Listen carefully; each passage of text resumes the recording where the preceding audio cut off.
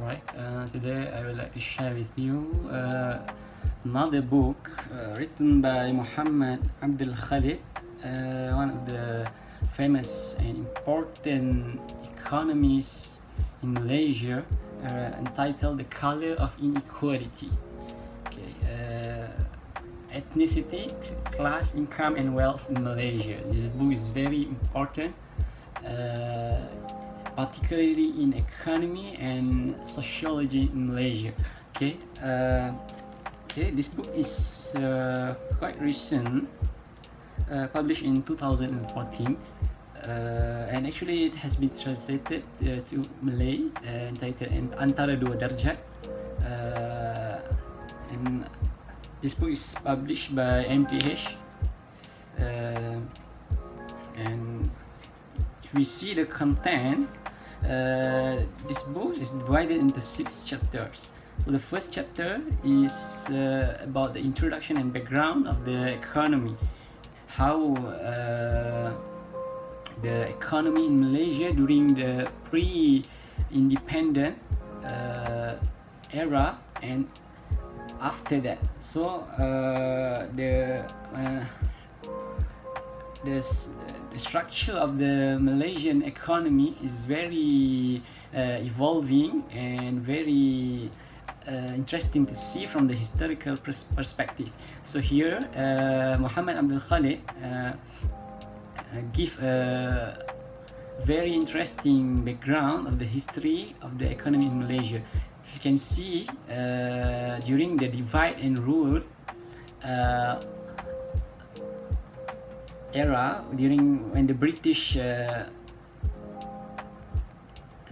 occupy Malaysia, and then we are under the divide and rule by the British government, and then Malaysia generally Malaysia is divided to work in the gardening, in the plantation, but the Chinese is divided to work in the tin mining, while the Indian is asked to work in the estate. So why this occur? Actually, if we see and read the other book written by Sheikh Hussein Al-Attas about the myth of lazy native, also translated by DVP into Malay language, entitled The Mitos Peribumi Malas, which is a very significant book too, to see the sociology of the Malay, Indian and Chinese during the colonial period. So this book stress during the introduction, the outer stress about the historical background of the economy in Malaysia. So actually Sheikh Al-Attas said why Malay didn't work in the tin mining, because tin mining is very important, but if you read the Sheikh Al-Attas, the myth of lazy native, you can see the Malays didn't dare to work in mining because it is very downgrade, very low grade of the work, and they are asked to do a very dirty thing. You can read it and you can see it's very terrible work. And the second chapter, and then in the second chapter, Muhammed Abdul Khalid stressed about the Malaysia's historical economic inequality and race relation. So from this chapter, Muhammed Abdul Khalid, the author stressed about the pre-colonial Malaya, the British colonial period, how the Malaysian government during Tun Mahathir Mohamad tried to rectify the situation by introducing the new economy policy. In Malay we say that it is the Dasar Ekonomi Baru, in which this new economy policy NEP managed to rectify the situation, because previously when the Chinese worked in the tin mining, after that actually because a lot of Malays didn't want to work in tin mining, so British export a lot of Chinese to come to Malaysia to work in the tin mining, and then the Chinese supposed to go back to their countries to work there and live there, because actually the purpose they come to Malaysia is for the sake of working and then go back to their country. But what is happening is it is like a different situation, because from time by time the Chinese and then get a lot of money, manage to know how to enter the management and so on. So the economy gap between the Malay and Chinese and the India is very high. The economies of the Chinese is very high, very at the peak, but the Malay and India is very low because they didn't know how to manage. They didn't enter the management institution, and they didn't know the about how to raise the economy. They didn't know about the industrialization and so on. So the new economic policy is introduced by the government to decrease the gap between the Chinese and Malay, so that after that it is quite good to a certain point, but there are cons too. So the pro one is the gap between the Chinese and Malay.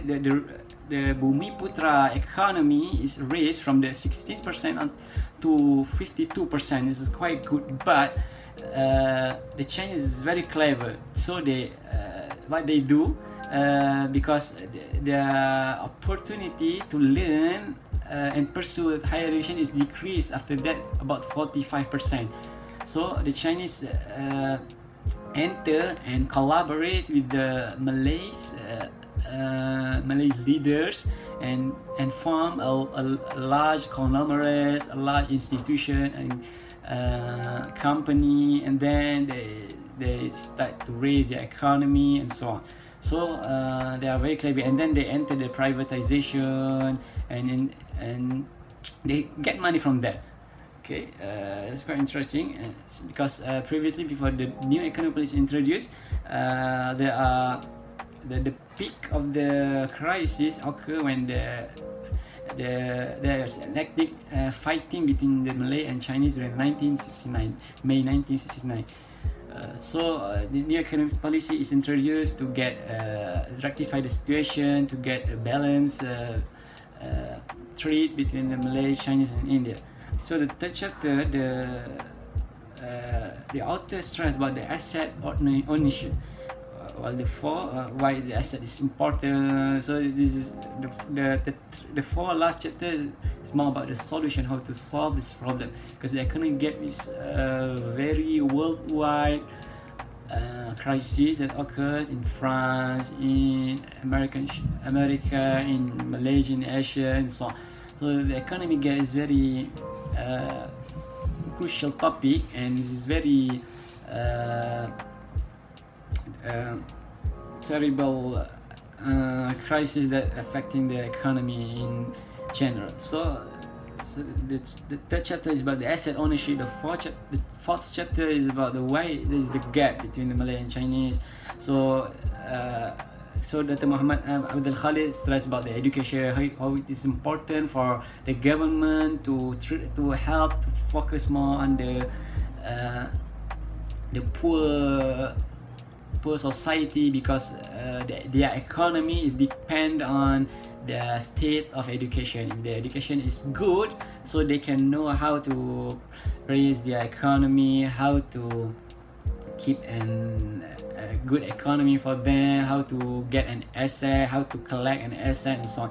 So the fifth chapter is about the way forward, about the meritocracy, because meritocracy need to be changed by the government. And the policy recommendation, and the sixth chapter is the conclusion of the book. So this book for me is very important to give a detailed and critical background, especially in history and sociology of the current economy in Malaysia. So I would really recommend all of you to read, because we need to know the root of our crisis and the root of our history, so that we can treat and plan for the future generation. So thank you.